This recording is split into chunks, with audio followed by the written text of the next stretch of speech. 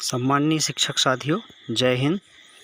दिनांक 28 जुलाई 2021 को स्कूल शिक्षा विभाग लोक शिक्षण संचालनालय द्वारा यूट्यूब लाइव कार्यक्रम आयोजित किया गया, जिसमें स्कूल शिक्षा विभाग की एडिशनल डायरेक्टर श्रीमती कामना आचार्य मैडम द्वारा नवीन शिक्षण सत्र 2021-22 में किस तरह से शिक्षण कार्य किया जाना है तत्संबंध में आवश्यक निर्देश प्रदान किए गए। धन्यवाद आयुक्त महोदय। आप सभी ने जैसा सुना, आयुक्त महोदय ने ये निर्देश दिए हैं कि हमको अपने स्कूलों का संचालन किस तरह से करना है। उन्होंने बहुत अच्छे से आपको बताया है कि किस तरह से हमको कार्यवाही आगे करनी है। अब इसी के संबंध में हम एक प्रेजेंटेशन हमने तैयार किया है, जिसके बारे में डिटेल में चर्चा करना चाहते हैं। जैसा आप लोग को पता ही है कि गत वर्ष भी कोविड-19 के कारण जो है वो काफी परेशानियों का सामना विद्यार्थियों को करना पड़ा है। लंबे समय तक स्कूल बंद रहे हैं, तो बहुत सारे बच्चों ने तो ऐसे भी हैं जिन्होंने स्कूल का मुंह ही नहीं देखा है। और इन सब चीजों का बच्चों के जो लर्निंग लेवल में है, उनका जो पढ़ाई लिखाई में जो उनका स्तर था, उस पर भी नकारात्मक प्रभाव पड़ा है। मतलब वो जितना जानते थे उससे भी नीचे चले गए हैं। मतलब उनका जो अपेक्षित ग्रेड स्तर था वो पिछली कक्षा से भी थोड़ा और नीचे चला गया है। जैसा आप लोगों को पता है कि पिछली बार भी हमने अर्धवार्षिक परीक्षा की थी, और वही एकमात्र परीक्षा थी जो हमने विदाउट बुक्स की थी। तो उसमें जो स्थिति आई थी सामने, वही वास्तव में उस समय तक के विद्यार्थियों की स्थिति थी। तो 9वीं और 10वीं का यदि हम गत वर्ष का अर्धवार्षिक परीक्षा परिणाम देखें तो लगभग 52% विद्यार्थी ही ऐसे थे जो पास हो पा रहे थे। मतलब काफी विद्यार्थियों की जो स्थिति थी वो उनके कक्षा के स्तर के अनुरूप नहीं थी। 11वीं 12वीं में भी सिर्फ 72% विद्यार्थी परीक्षा में उत्तीर्ण हुए थे, और वो भी उस स्थिति में जबकि मतलब जो पाठ्यक्रम था वो आधा भी पूछा नहीं गया था, और उस स्थिति में भी अधिकांश जो विद्यार्थी थे वो अपना लेवल प्राप्त नहीं कर पाए थे।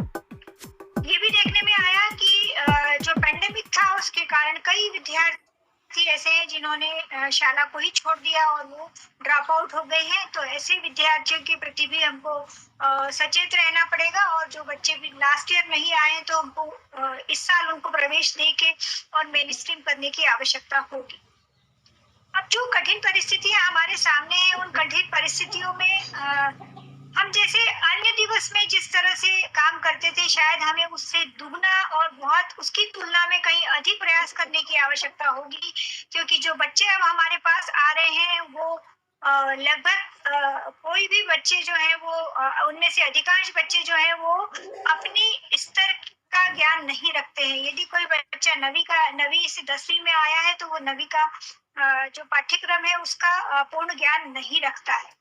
कि आज इस बैठक का जो एजेंडा है उसमें गत वर्ष की क्या चुनौतियां थी हमारे सामने, इस साल के लिए हमको अभी क्या क्या निर्देश दिए हैं कि हमको नामांकन करना है, व्हाट्सएप ग्रुप बनाना है, अन्य कार्यों की क्या स्थिति है, स्कूल रीओपनिंग के निर्देश जारी हो चुके हैं, उसके अनुसार क्या कार्यवाही करनी है, विद्यार्थियों के अध्ययन के लिए आगामी क्या रणनीति है, शिक्षक प्राचार्य और जो प्रशासकीय अमला है जिसका कार्य निरीक्षण करना है, समीक्षा करना है, उसकी क्या भूमिका है और जिम्मेदारियां हैं। और इसमें छठा पॉइंट लिखा हुआ है हालांकि फीडबैक एवं समापन, लेकिन इसके अतिरिक्त एक और भी मुद्दा है कि भारत शासन में एनसीईआरटी जो है वो सभी शिक्षकों और प्राचार्यों का ऑनलाइन प्रशिक्षण करने जा रहा है, तो उसके बारे में भी हम लोग थोड़ी बातचीत करेंगे आज। तो मेरा आप सभी लोगों से अनुरोध है कि जहां नामांकन हो गया है और उन्होंने प्रविष्टि नहीं की है तो वो इसको कृपया समीक्षा करें, और नियमित रूप से जितने विद्यार्थी आपके स्कूल में नामांकित हो चुके हैं उनकी जानकारी अविलंब प्रविष्ट करें। वैसे भी आपको पता है कि 31 जुलाई तक ही नामांकन होता है, तो आप सभी लोगों से अनुरोध है कि वो अपने नामांकन पर पूरा ध्यान दें। विद्यार्थी नहीं आ रहे हैं तो उनको मोटिवेट करना पड़ेगा, बच्चों के साथ बातचीत करनी पड़ेगी, उनके पेरेंट्स के साथ बातचीत करनी पड़ेगी, और उन्हें हमको स्कूल तक लेकर आना होगा। ये आप देख रहे हैं, ये सिर्फ हमने आपकी जानकारी के लिए दिया है कि काफी सारे सभी अधिकांश जिलों में जो है वो नामांकन कम हो रहा है। मैं विशेष रूप से बधाई देना चाहूंगी टीकमगढ़ और टीकमगढ़, गुना, जबलपुर और मंदसौर को जिनका नामांकन गत वर्ष से बढ़ा है, और टीकमगढ़ में 12% और लगभग यही हमारा अंदाजा है कि लगभग 10 से 12% प्रत्येक जिले में बढ़ना चाहिए, क्योंकि इस साल का जो परीक्षा परिणाम है वो हम सब लोग जानते हैं कि परीक्षा परिणाम के आधार पर विद्यार्थियों पास होने वाले विद्यार्थियों की संख्या अधिक है, तो निश्चित रूप से 10 से 12% तो मिनिमम हमारा एनरोलमेंट इस साल बढ़ना ही चाहिए। तो टीकमगढ़, गुना, जबलपुर और मंदसौर ने अच्छा काम किया है। श्योपुर भी लगभग पिछले साल की बराबरी पर है, लेकिन अभी भी काफी एनरोलमेंट हुआ नहीं है। लेकिन इसके अलावा इन 4-5 जिलों को छोड़ दें तो सभी जिलों में काफी कम एनरोलमेंट है, और ये किसी भी स्थिति में एक्सेप्टेबल नहीं है कि इतना कम एनरोलमेंट हुआ हो। तो सभी प्राचार्य और जो हमारे अधिकारीगण इससे जुड़े हुए हैं, उन सभी से अनुरोध है कि इसको कृपया एक बार समीक्षा कर लें और 31 जुलाई तक कोशिश करें कि हमारा जो नामांकन का कार्य है वो पूर्ण हो जाए। दूसरा जो हमने निर्देश निकाला था, आपसे ये अपेक्षा थी कि आप व्हाट्सएप ग्रुप बनाएंगे, क्योंकि आप सबको पता है कि हमारे यहाँ अभी कोविड-19 संक्रमण की स्थितियां कभी भी परिवर्तित हो सकती हैं।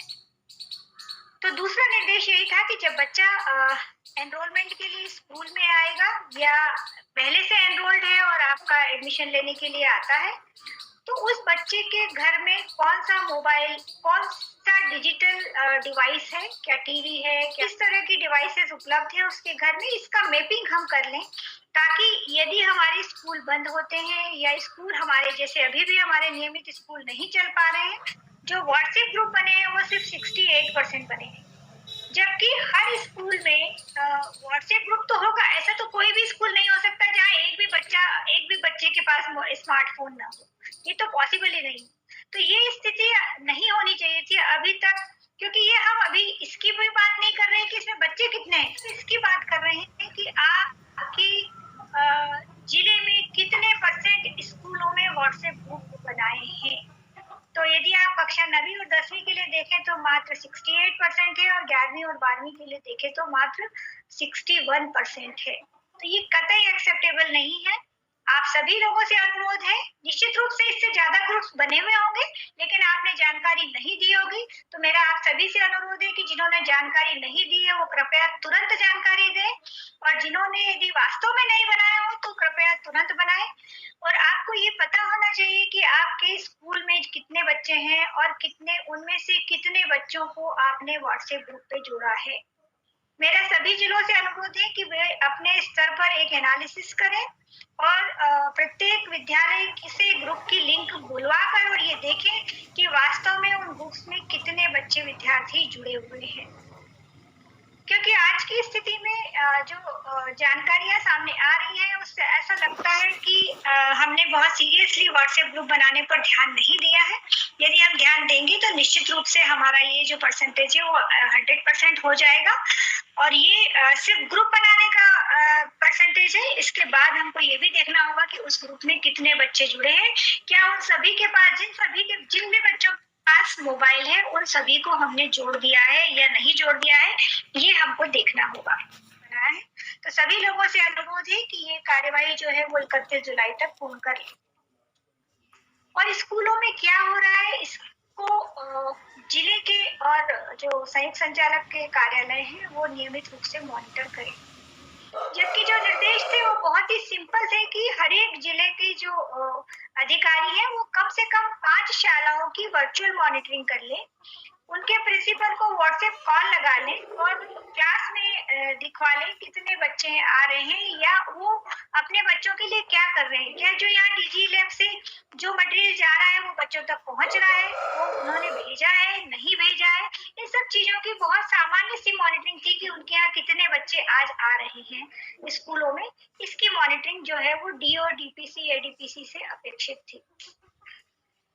तो अभी तक तो चूंकि स्कूल नहीं खुले थे तो हो सकता है कि आप लोगों ने बहुत ज्यादा इसको गंभीरता से नहीं लिया हो, लेकिन अब मेरा अनुरोध है कि कृपया इसको गंभीरता से लें यदि आप फिजिकली जा सकते हैं तो बहुत अच्छी बात है। यदि फिजिकली नहीं जा पा रहे हैं तो भी आप पूरे दिन में से आधा घंटा या 1 घंटा सिर्फ इसके लिए डिवोट कर दें, तो आप 5 स्कूलों से बहुत आसानी से बात कर सकते हैं। तो मेरा आपसे अनुरोध है कि आप इसको निरंतर जारी रखेंगे। जो लोग कर रहे हैं और जिन्होंने अभी तक करना शुरू नहीं किया है वो भी इसको आगे से डेली करेंगे। निर्देश जारी हुए हैं।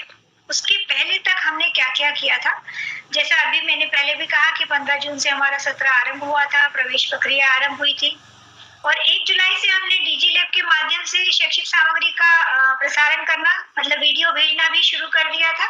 1 जुलाई से ही दूरदर्शन के माध्यम से भी शैक्षिक सामग्री का 4 घंटे प्रसारण हो रहा है। कक्षा 9वीं, 10वीं, 11वीं और 12वीं के लिए आप सबको जानकारी होगी कि मध्य प्रदेश दूरदर्शन पर यह प्रसारण हो रहा है।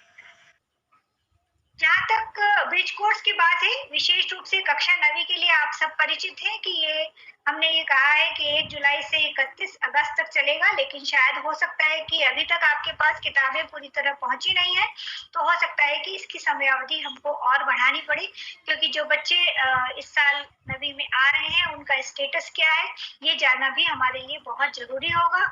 और ब्रिज कोर्स को यदि हमें थोड़ा और आगे बढ़ाना पड़े बच्चों को समझाने के लिए, तो वो भी हमको कोशिश करनी पड़ेगी। जैसा मैंने आपसे कहा कि इस वर्ष की किताबों के साथ जोड़कर बनाए गए हैं, मतलब जो भी ब्रिज कोर्स है वो लर्निंग कंटिन्यूम के आधार पे बने हुए हैं कि यदि 11वीं का कोई चैप्टर है, उस चैप्टर से रिलेटेड कक्षा 10वीं में या कक्षा 9वीं में क्या पढ़ा जाना चाहिए था और वो बच्चे ने पढ़ा है या नहीं पढ़ा है। यदि पढ़ा भी है तो उसका एक रिवीजन कराए जाने की आवश्यकता होगी, ताकि बच्चा जो है वो अगले अपनी इस साल की कक्षा का पाठ सही तरीके से समझ पाए और पढ़ पाए।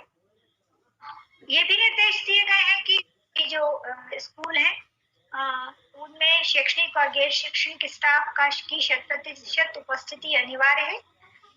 कुछ जगहों पर अभी ये फीडबैक आ रहा है कि शिक्षक उपस्थित नहीं हो रहे हैं या गैर शैक्षणिक स्टाफ उपलब्ध नहीं हो रहा है, या एक-एक, दो-दो दिन के लिए शिक्षकों की ड्यूटी लगाई गई है, ये ठीक नहीं है। सभी विद्यालयों में समस्त गैर शैक्षणिक और शैक्षणिक स्टाफ उपस्थित रहेगा और स्कूल का जो समय है वो पूरे समय रहेगा जिस तरह से सामान्य दिनों में लगता है। स्वास्थ्य और सुरक्षा संबंधी हमने गाइडलाइन आपको जारी की है, जो कि 26 जुलाई से जो विद्यालय आरंभ करने हैं उसके संबंध में ही ये गाइडलाइन है कि स्कूल में क्या-क्या चीजें अभी सुनिश्चित करनी चाहिए, और वो सुरक्षा हम तभी कर सकते हैं जब हमारे जो प्राचार्य और जो हमारे शिक्षक हैं उन सभी का वैक्सीनेशन हो जाए और कहीं भी संक्रमण का कोई खतरा न हो। तो बच्चों की सुरक्षा हमारी पहली प्रायोरिटी है। इसीलिए अभी जैसा सीपीआई मैडम ने भी कहा था कि हमने जो निर्देश दिए हैं, अभी जो स्कूल खोले जा रहे हैं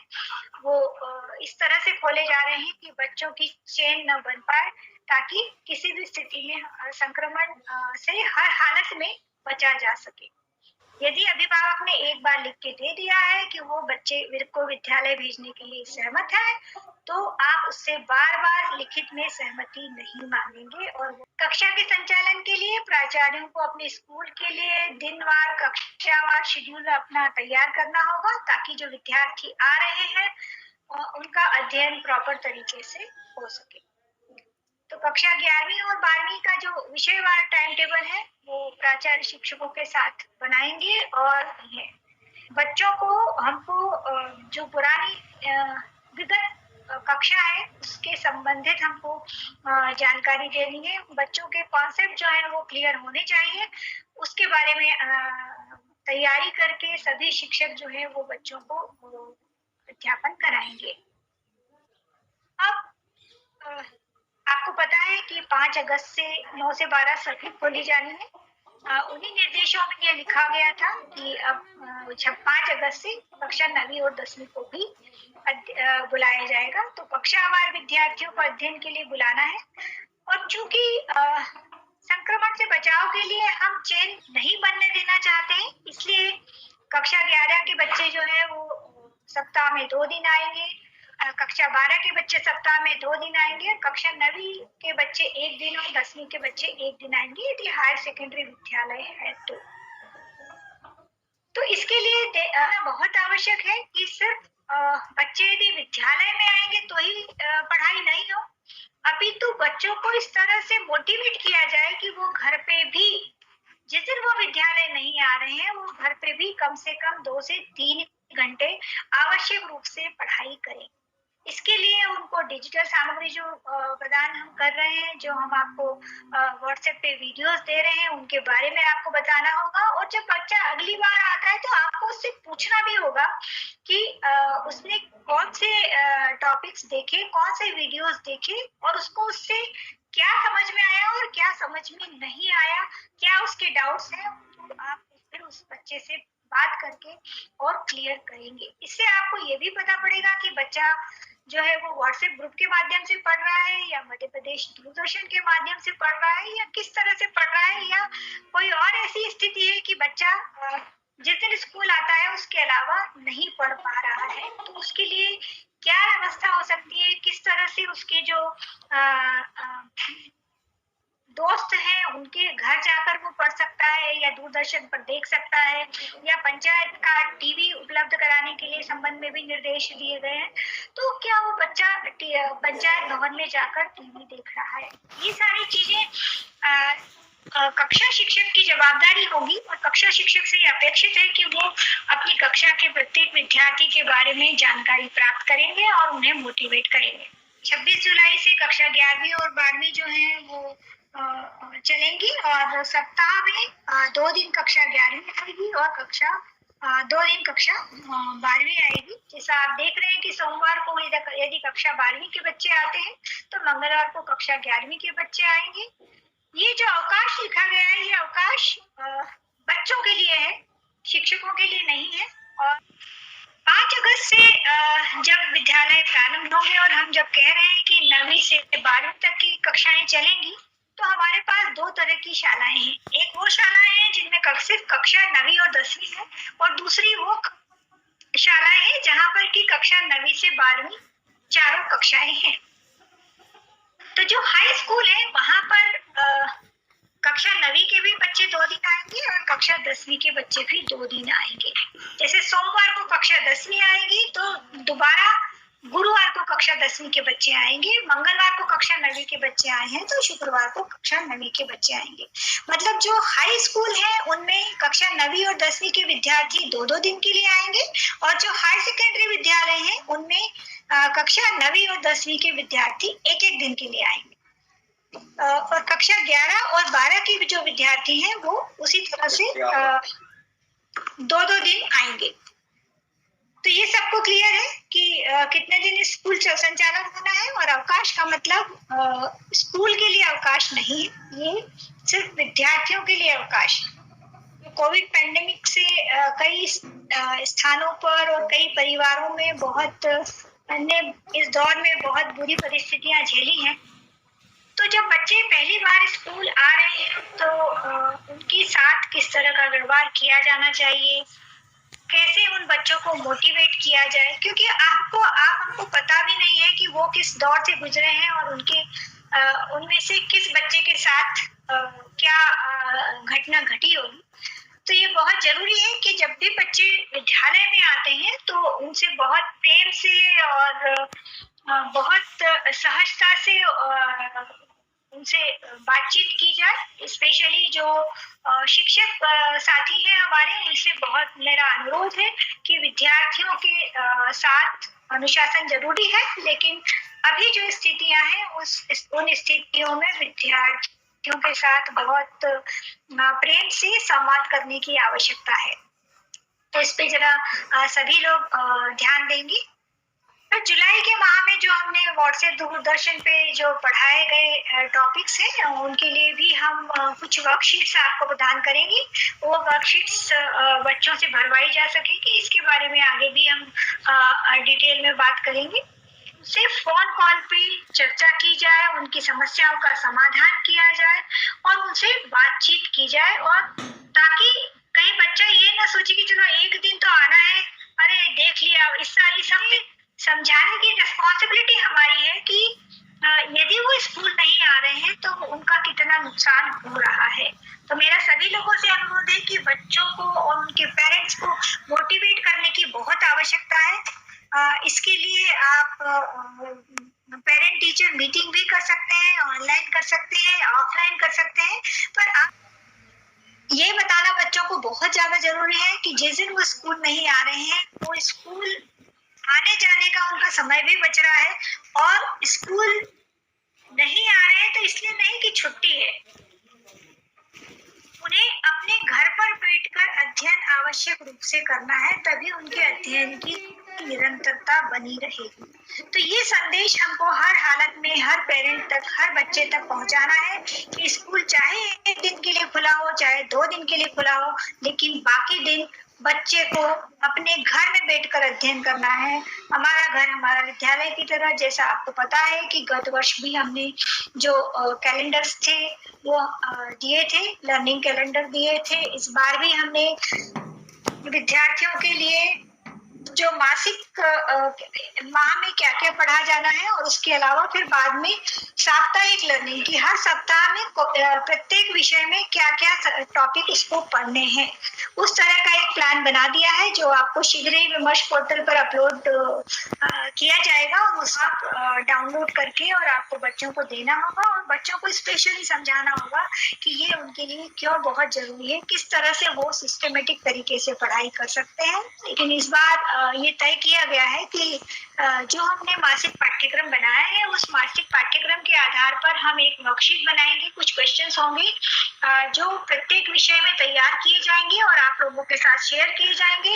आपसे ये अपेक्षा होगी कि आप बच्चे को वो टेस्ट पेपर देंगे, बच्चा अपने घर से करके लाएगा और उसके लिए पृथक से कॉपी बनाएगा। ये निर्देश आपको अपने बच्चों को देने पड़ेंगे विद्यालय के, कि वो एक कॉपी अलग से टेस्ट के लिए बनाएंगे। जो हर महीने वर्कशीट्स दी जाएंगी, उनका टेस्ट वो घर से करके लाएंगे, अपनी कॉपी में करके लाएंगे, और आप उसको चेक करेंगे। चेक करते वक्त ये भी बहुत जरूरी है, क्योंकि कई बार ये भी सामने आता है कि विद्यार्थी जो है वो खुद क्वेश्चन आंसर नहीं करते हैं, या अपने बड़े भाई से या अपने माता पिता से करा लेते हैं। तो इसीलिए मैं कह रही थी कि पीटीएम बहुत ही जरूरी है, और पीटीएम में पेरेंट्स को इन सब चीजों के बारे में बताया जा सकता है कि जो काम विद्यार्थी का है वो विद्यार्थी को ही करना चाहिए। आप उसका सहयोग कर सकते हैं, लेकिन उसके बदले में काम नहीं कर सकते। यदि आप ऐसा कर रहे हैं तो आप अपने बच्चे का नुकसान कर रहे हैं। तो ये सब चीजें आप पेटीएम में बच्चों को और उनके पेरेंट्स को बता सकते हैं। तो मेरा आप सभी लोगों से अनुरोध है कि आप ये कार्यवाही सभी पेरेंट्स तक इस संदेश को आवश्यक रूप से भिजवाएं। इसके अतिरिक्त जैसे हम बातचीत पहले भी कर रहे थे कि हमारे जो विद्यार्थी हैं उनमें लर्निंग लॉस बहुत हुआ है। मतलब जो पिछली कक्षा में जो उन्होंने टॉपिक्स पढ़े थे, या जो स्किल था उनके पास, या जो लगातार उसकी कंटिन्यूटी न होने से वो उसमें भी पिछड़ रहे हैं। तो ये बहुत जरूरी है, कोई भी शिक्षक जब पढ़ाता है तो उसके लिए बहुत जरूरी है कि उसको ये पता हो कि बच्चों का लेवल क्या है, तभी वो बच्चों को उस लेवल तक जाकर पढ़ा कर और फिर उनको उनके लेवल में इम्प्रूवमेंट कर सकता है। तो इसलिए हमने ये सोचा है कि हम 10 अगस्त से पहले पहले सभी विषयों का एक बेसलाइन सर्वे कराना चाहते हैं। मतलब ये बच्चे जब आएंगे तो उनसे वो एमसीक्यू टाइप क्वेश्चन पेपर है जो बच्चों से लिया जाएगा, और ये आकलन किया जाएगा कि बच्चे को उसमें कितनी समझ है, मतलब कितना बच्चे को अभी ज्ञात है और कितना जो है वो बच्चा अभी पिछड़ गया है। तो उसके आधार पर जो शिक्षक है वो उनका सब्जेक्ट क्वेश्चन वाइज एनालिसिस करके और ये तय कर पाएंगे कि कौन से बच्चे जो हैं वो किस ग्रुप में हैं और उनके लिए किस तरह से पढ़ाया जाना है।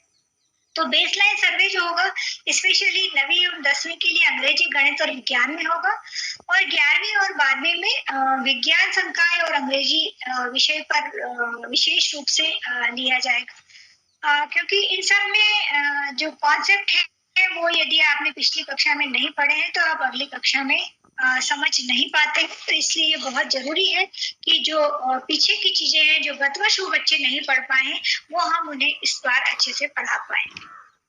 तो सर्वे के रिजल्ट के आधार पर शिक्षक जो है वो अपने कक्षा को समूह में आवंटित कर सकते हैं, और उनका जो ग्रेडिंग है उसके आधार पर मतलब जिन बच्चों की दक्षताएं स्तर के अनुरूप नहीं है उन विद्यार्थियों को विशेष रूप से अलग से पढ़ाएंगे, जैसा आप लोगों को पता है कि हमारे यहाँ 2 पीरियड अलग से रेमेडियल टीचिंग के नाम से होते हैं। तो हर बार हम ये करते थे कि कक्षा 9वीं के लिए तो हम उसका उपयोग ब्रिज कोर्स के लिए करते ही थे, लेकिन 10वीं, 11वीं और 12वीं के लिए हम सामान्यतः अर्धवार्षिक या त्रैमासिक परीक्षा के बाद रेमेडियल टीचिंग का काम करते थे। लेकिन इस बार ऐसी स्थिति है कि हमको वो रेमेडियल टीचिंग अभी से शुरू करना है और हर एक स्कूल के टाइम टेबल में वो जो 2 पीरियड होते हैं, उन 2 पीरियड में हम विशेष रूप से इन बच्चों पर विशेष ध्यान देके और उनको वो कॉन्सेप्ट सिखाएंगे जो वो पिछली कक्षा में नहीं सीख पाए हैं, ताकि वे अपनी कक्षा में आगे बढ़ पाए। ये इस बारे में पहले बता ही चुकी हूँ कि जिस दिन स्कूल नहीं जा रहे हैं उस दिन भी वो वीडियो और उसके माध्यम से अध्ययन करेंगे और अपनी नोटबुक में जो यदि उनको कोई समस्या आती है, कोई डाउट्स आते हैं तो वो उसको लिख सकते हैं और जब स्कूल में आएंगे तब शिक्षक जो है वो विद्यार्थियों के इन डाउट्स का समाधान अवश्य करें। और शिक्षकों से मेरा विशेष रूप से ये अनुरोध है कि वो विद्यार्थियों को ये जरूर बताएं कि वो पढ़ना शुरू करें और उनको कुछ भी यदि दिक्कत आ रही है तो वो अपनी कॉपी में लिख कर लाएं और आपसे पूछें, ताकि उनकी जो समस्याएं हैं वो समाधान हो पाए।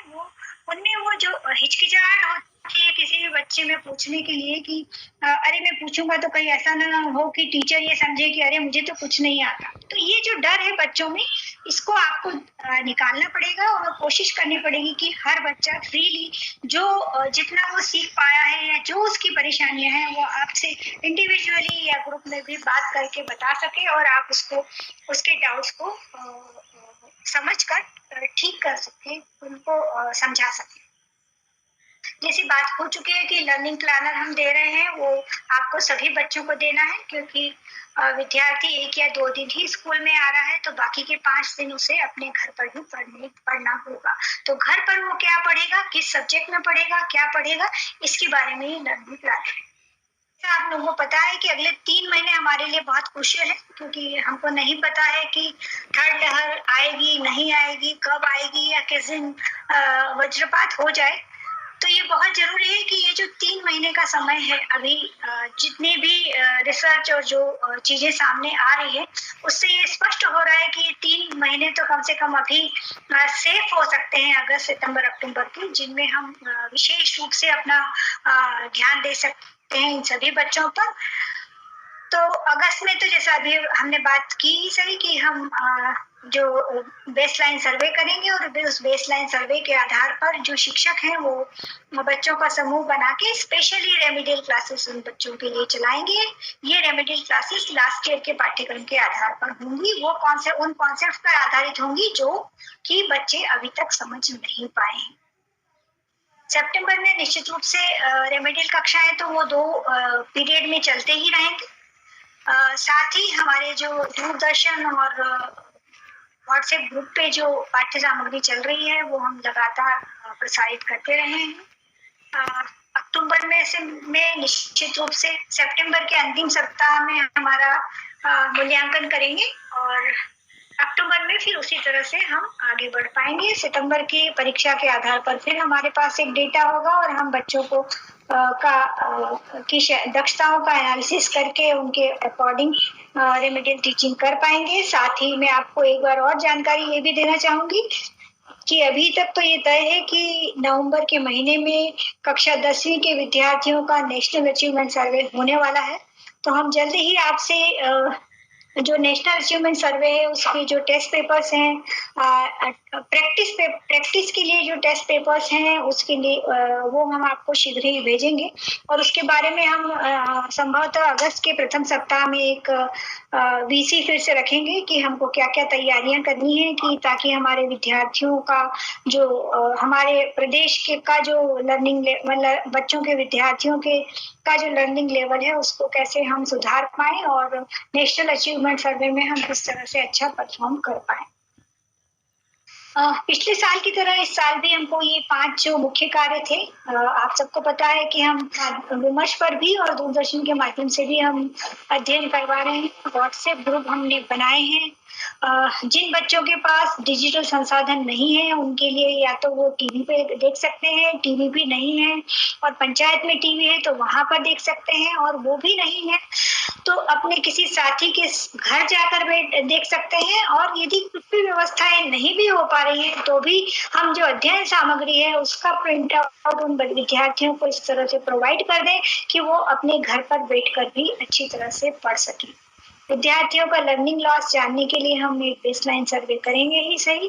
और जो सबसे महत्वपूर्ण चीज है वो है विद्यार्थी और शिक्षक का आपस में परस्पर संवाद। वही सबसे इम्पोर्टेंट है। वो जितना इम्प्रूव होगा, जितना स्ट्रांग होगा, उतने ही विद्यार्थी जो हैं वो अपने स्किल्स में दक्ष हो पाएंगे और उतना बेहतर परफॉर्म कर पाएंगे। इस बारे में हम लोग अभी बात कर ही चुके हैं कि हमारे पास अभी जो संसाधन उपलब्ध हैं या जिन माध्यमों से हम विद्यार्थियों की पढ़ाई को सतत बनाए रखना चाहते हैं, उसमें एक है विमर्श पोर्टल, जहां पर आपको सभी सब्जेक्ट के क्लास वाइज वीडियोस अवेलेबल है। दूसरा है दूरदर्शन, जहां पर हम प्रतिदिन एक टॉपिक पे एक घंटा एक क्लास के लिए वीडियोस का प्रसारण करते हैं। और तीसरा है व्हाट्सएप ग्रुप, जिसके माध्यम से हम जो विमर्श पर ही वीडियो अपलोड हैं या कुछ अन्य अच्छे संस्थाओं के या फर्मों के वीडियोस हैं तो वो हम आपसे शेयर करते हैं जो बच्चों तक पहुंचनी चाहिए। कई बच्चों तक सामग्री नहीं पहुंच पा रही है। हम कह रहे हैं कि हमारे 68% स्कूलों में या 61% स्कूलों में व्हाट्सएप ग्रुप बने हैं, लेकिन उतने विद्यार्थी देख नहीं रहे हैं। तो कहीं न कहीं कोई न कोई ऐसा हर्डल है। संभवतः या तो हम उन बच्चों तक भेज नहीं रहे हैं या जो पेरेंट्स हैं वो बच्चों को अपने मोबाइल नहीं दे रहे हैं। तो इसके लिए भी मैंने जैसा कहा कि शिक्षक, प्राचार्य और जो अभिभावक हैं उनके बीच निरंतर संवाद की निश्चित रूप से आवश्यकता होगी और वो उस आवश्यकता के हम पूरा करेंगे तो निश्चित रूप से विद्यार्थियों की जो समस्या है उनका समाधान कर पाएंगे।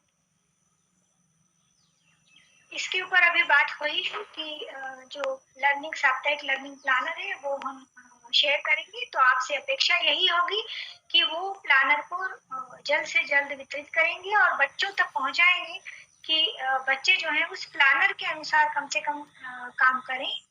और ये आप आवश्यक रूप से सुनिश्चित कर लें कि यदि जिस भी वीक का प्लान हम दे रहे हैं उस वीक के कम से कम 3 दिन पहले उस बच्चे को मिल जाए ताकि वो अगले वीक का प्लान कर पाए।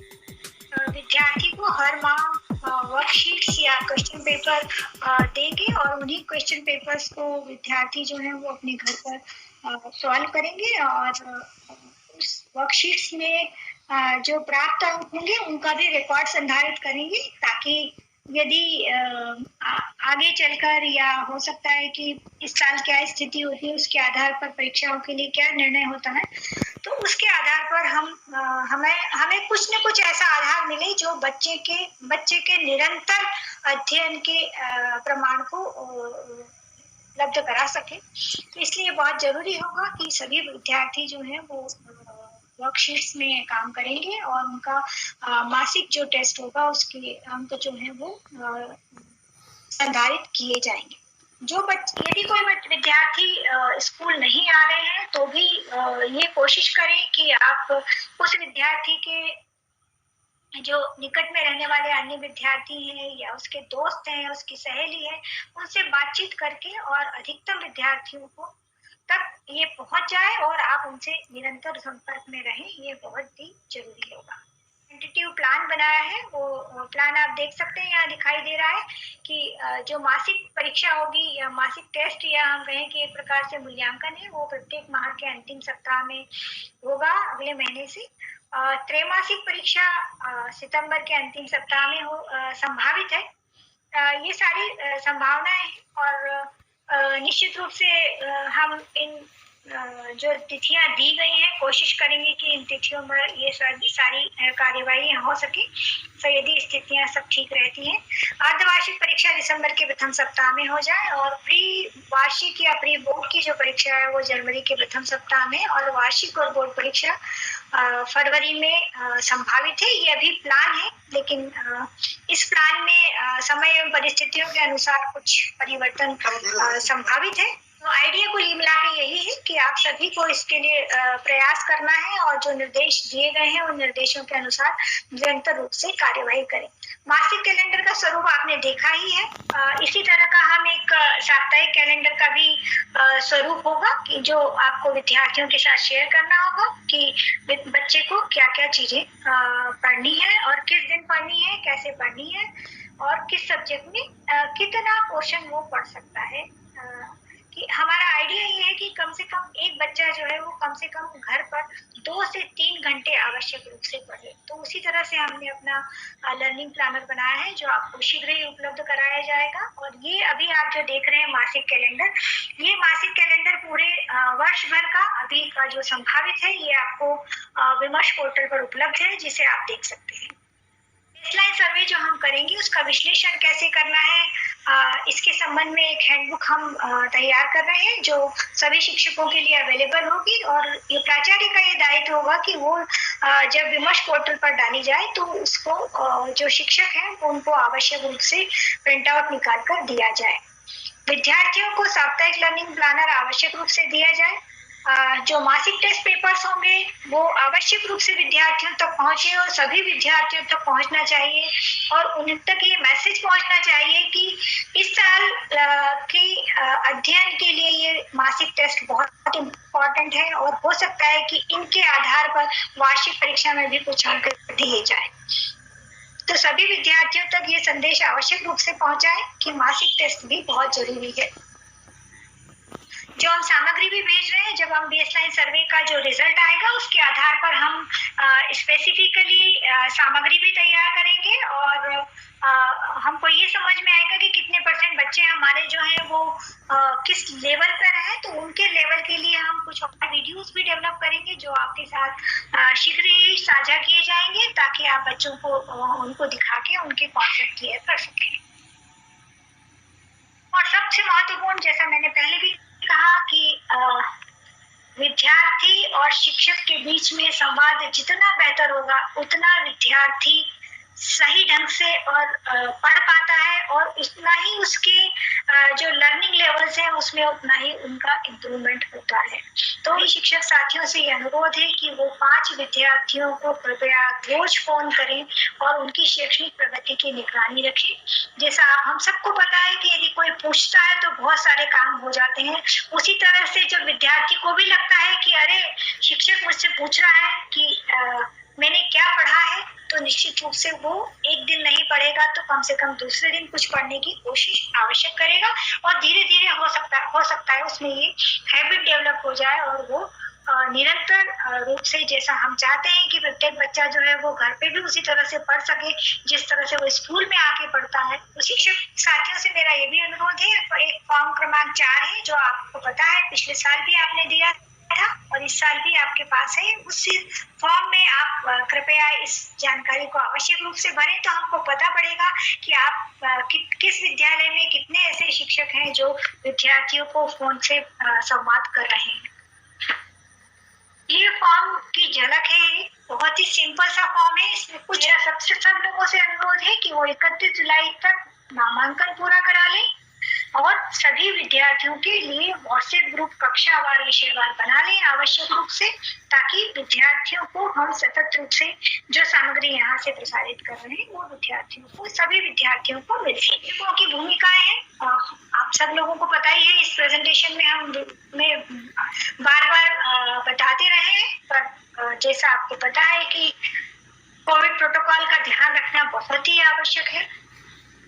प्रतिदिन जो विद्यार्थी उपस्थित हो रहे हैं उनके जो डाउट्स हैं उनका निराकरण आवश्यक रूप से करें और जो पूरा समय है विद्यालय का, ऐसा नहीं कि डाउट क्लियर करना है तो 1 घंटा बच्चा आए और चला जाए, ऐसा नहीं है। यदि हमारा स्कूल 10:30 से 4:30 लगता है तो पूरी तरह से उसी तरह से लगेगा 10:30 बजे से 4:30 बजे तक। 10 अगस्त से पहले हम आपको बेसलाइन सर्वे के लिए जानकारी भेज देंगे। उसका आपको प्रिंट आउट निकाल के और फोटोकॉपी करवा के बच्चों का सर्वे करना होगा और उसके परिणाम का विश्लेषण आप कैसे करेंगे इसकी हैंडबुक हम आपको देंगे। उस हैंडबुक के आधार पर आप परिणाम का विश्लेषण कर बच्चों के समूह बनाएंगे और रेमेडियल टीचिंग की कार्यवाही भी करेंगे। सर्वे के रिजल्ट के आधार पर बच्चों का समूह बनाएंगे और उसमें पठन पाठन की कार्यवाही करेंगे। क्वेश्चन बैंक के बारे में, क्वेश्चंस के बारे में बात हो ही गई कि मासिक टेस्ट में जो होंगे उनका आपको रिकॉर्ड संधारित करना है। ये शिक्षकों की महत्वपूर्ण भूमिका होगी। प्रतिदिन 5 विद्यार्थियों को कॉल करना है और विद्यार्थियों की जो उपस्थिति है उसको एम शिक्षा मित्र में भरना है और जो प्रपत्र क्रमांक 4 है उसमें भी जानकारी भरनी है। जैसे अभिभावकों को, जैसे हम लोग अभी भी बात कर रहे थे कि अभिभावकों को प्राचार्य जो हैं वो समझाइश दे सकते हैं, उनसे बात कर सकते हैं और उनसे कहें कि विद्यार्थियों को वो स्कूल में जरूर भेजें, उनको प्रोत्साहित करें, उनको ये भी बताएं कि विद्यार्थी परिसर में सेफ रहेंगे। सभी शिक्षकों का टीकाकरण चल रहा है और जैसे ही टीकाकरण हो जाएगा तो आप ये कह सकते हैं कि सभी विद्यार्थी जो हैं वो बच्चे जब आएंगे तो मास्क लगा कर आएंगे, उनको प्रॉपर डिस्टेंसिंग आपको मेंटेन करना है। हमने ये लिखा है कि आप एक टेबल पर एक ही विद्यार्थी को बिठाएंगे और प्रॉपर डिस्टेंसिंग को मेंटेन करेंगे ताकि विद्यार्थी जो है वो सेफ रहे, वो भी सेफ रहे और सभी लोग सेफ रहें। ये सिर्फ किसी एक व्यक्ति विशेष के लिए नहीं है बल्कि हम सब के लिए है। सैनिटाइजेशन की व्यवस्था होनी चाहिए। बच्चों के लिए हाथ धोने की व्यवस्था निरंतर रूप से होनी चाहिए। इसके लिए हमने लास्ट ईयर कुछ स्कूलों को जहां आवश्यकता थी हमने हैंड वॉश स्टेशन भी सैंक्शन किए हैं और आपके यहाँ जो भी जहाँ पर भी हाथ धोने की व्यवस्था है, जो भी वॉश स्टेशन बने हुए होंगे उनमें प्रॉपर तरीके से पानी और साबुन की व्यवस्था होना बहुत ही आवश्यक है। और शिक्षकों की जो उपस्थिति है वो अब हम प्राचार्यों से अपेक्षा करते हैं कि वो एम शिक्षा मित्र ऐप पर प्रतिदिन रिकॉर्ड करेंगे। ये शुरू हो चुका है, आपकी अब मॉनिटरिंग शुरू हो जाएगी कि कितने ऐसे स्कूल हैं जो शिक्षकों की उपस्थिति और विद्यार्थियों की उपस्थिति को एम शिक्षा मित्र पर प्रस्तुत कर रहे हैं और कौन से ऐसे शिक्षक हैं जो नहीं कर रहे हैं। अभी अगस्त का महीना शुरू होने वाला है, 1 अगस्त से आपको ये कार्यवाही नियमित रूप से करनी है। जो हमारे प्रशासकीय अधिकारी हैं उनके बारे में भी जैसा हमने पहले भी कहा कि सभी लोग जो हैं वो कम से कम 5 विद्यालयों को से निरंतर बातचीत करेंगे, विद्यालय की स्थिति देखेंगे, वीडियो कॉल करके ये देखेंगे कि कौन सी क्लासेस चल रही हैं, कितने शिक्षक उपस्थित हैं और पढ़ाई हो रही है या नहीं हो रही है, SOP का पालन हो रहा है या नहीं हो रहा है।